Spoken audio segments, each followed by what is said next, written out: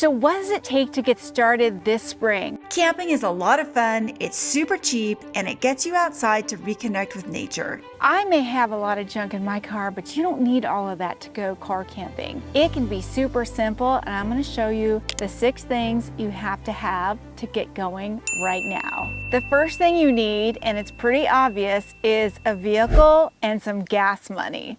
So how much gas money depends on how far you have to go to get to camping you like. I can probably get to so many campsites within about a 25-mile radius of my house, and that's like a gallon of gas for me. But even if you live in kind of a boring area, there may be some camp places around that you're not aware of. Look on the internet, look on apps like Campendium or iOverlander, and campgrounds can come in all kinds of forms. They can be super rustic, as in a county park where it's okay to park by the lake and that's camping, or it could be a Forest Service campground with tables and fire pits and other people camping. It could be a national park, a state park, it could be an RV park with hookups. But if you're gonna car camp, I don't recommend going full hog on the RV resort. You're gonna be really close to your neighbors and it's gonna be really expensive. The next thing you need is a sleep system. And this can be super simple. It can be a blow-up mattress and a sleeping bag and maybe a jacket used as a pillow, and that can be it. And if you have seats in the back of your car that fold down and you can stretch out into your trunk, you've got shelter, you're camping. Or maybe you can sleep in your back seat, or maybe you can put the front seat down, the passenger seat, and sleep on that. Doesn't sound too comfortable to me, but I know some people are okay with that. You may even need to just get a real cheap tent and take your mattress and your sleeping bag and your jacket or your pillow and go out into the tent and camp there. I have a nice 4-inch foam mattress that folds up, a lot of blankets, an electric blanket,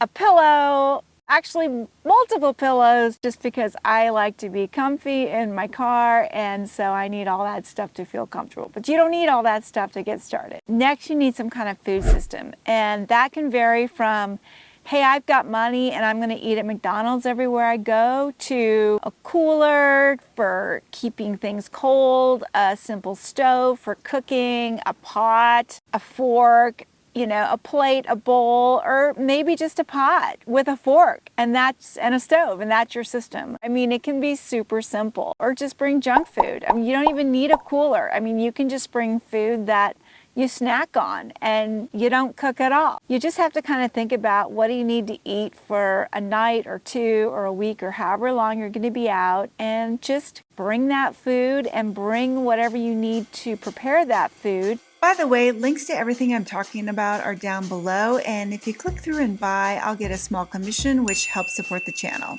The next thing you need is some kind of poop system. And by that, I mean, you got to figure out where you're going to the bathroom. The super simple version is you go to a campground that's got bathrooms or a pit toilet, or if you're on a road trip, you stop at rest stops or restaurants or stores, and you don't need to bring anything. You just have to find public restrooms wherever you go. Or if you're going to be out in the sticks and there aren't any facilities, your system can be as simple as some toilet paper, a trowel for digging a cat hole if you have to go number 2, and a trash bag for the waste that you will need to haul out. Do not bury your TP in the bushes, because animals will dig it up and people will find it, and it's disgusting. And if you do have to dig a cat hole, you got to go 6 inches down and leave that poo by itself. Take the toilet paper out with you, stick it in a baggie and seal it so that you don't smell anything, and put it in the trash. Leave no trace. Pack it in, pack it out. And if you find some trash in the bushes or whatever, please pick it up and leave it cleaner than you left it. Found it. And leave it cleaner than you found it. Or if you want to get fancier, you can buy a portable commode, which I just did, and I'm actually really kind of liking it for when you're boondocking in the desert and there aren't a lot of trees and bushes to do your business in, and there's a lot of other people around. Maybe some kind of pop-up shelter to hide yourself can work. Or you can have an RV with the full-on bathroom that you have to dump all the stuff. There are just so many ways to do it. But to get started, you don't need a whole lot. Don't overcomplicate it. You know, you could watch videos on YouTube forever and see all this stuff that you think you need to buy, that, oh my God, I can't go camping without this stuff. No, that's not the case at all. You can go camping with very little.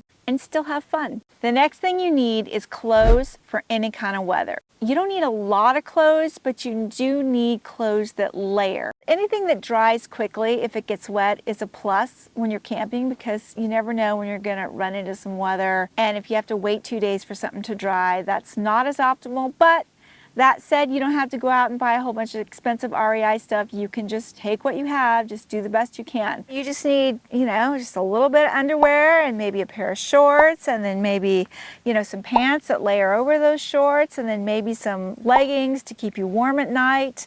If you have wool, that's great if you're going someplace that gets cold. And then for shirts, if you're a lady, you need some kind of bra or cami or something under there to just kind of be comfortable. And then you can have a short sleeve shirt, a long sleeve shirt, a sweater, a jacket, a vest, whatever. But just imagine that if it gets really hot in the day, like it's 80 or 90 degrees during the day, and then what if it gets down to 30 at night? Can you put everything on and still be warm? You want a hat for sun, you want a hat for warmth, you probably want some gloves in case it gets cold, and sometimes they're good for hot pads too if you have to lift something that's hot.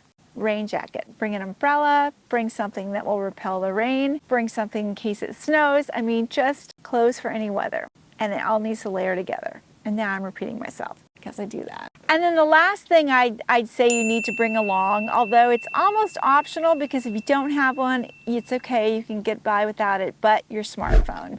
Bring a smartphone with good cell coverage and bring your apps, and it'll have maps on it. Google Maps, you'll be using that a lot. There are apps for finding campgrounds. You can call somebody at AAA if you get a flat tire or you need help, 911. I mean, whatever it is, your mom, your dad. If you're worried about things, stick to campgrounds that have coverage. I mean, some campgrounds do have decent cell coverage. I mean, I'm out here in Quartzsite, and I've got 2 bars. If you're just beginning, definitely think about bringing that smartphone and being somewhere where you can call for help if you need it. Go for one night, especially if you're a beginner. Just go for one night near your home. Heck, start in your driveway.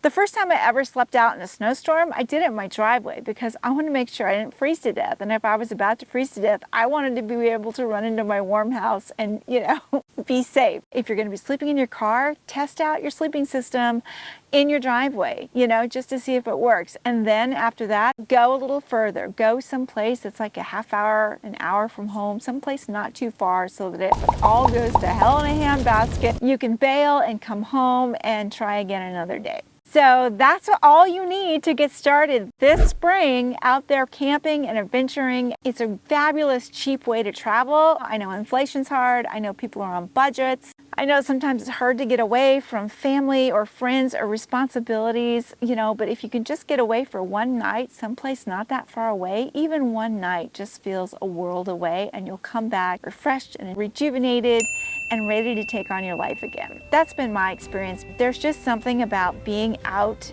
in nature, surrounded by the plants and the animals and the sounds and the wind and all of that. It's healing. It's us getting back to our roots. Get started. Get started now. Start planning. Now. Don't wait. Did that record? That would suck if it didn't record. Next time, I'm going to share my camping capsule wardrobe for a month-long adventure.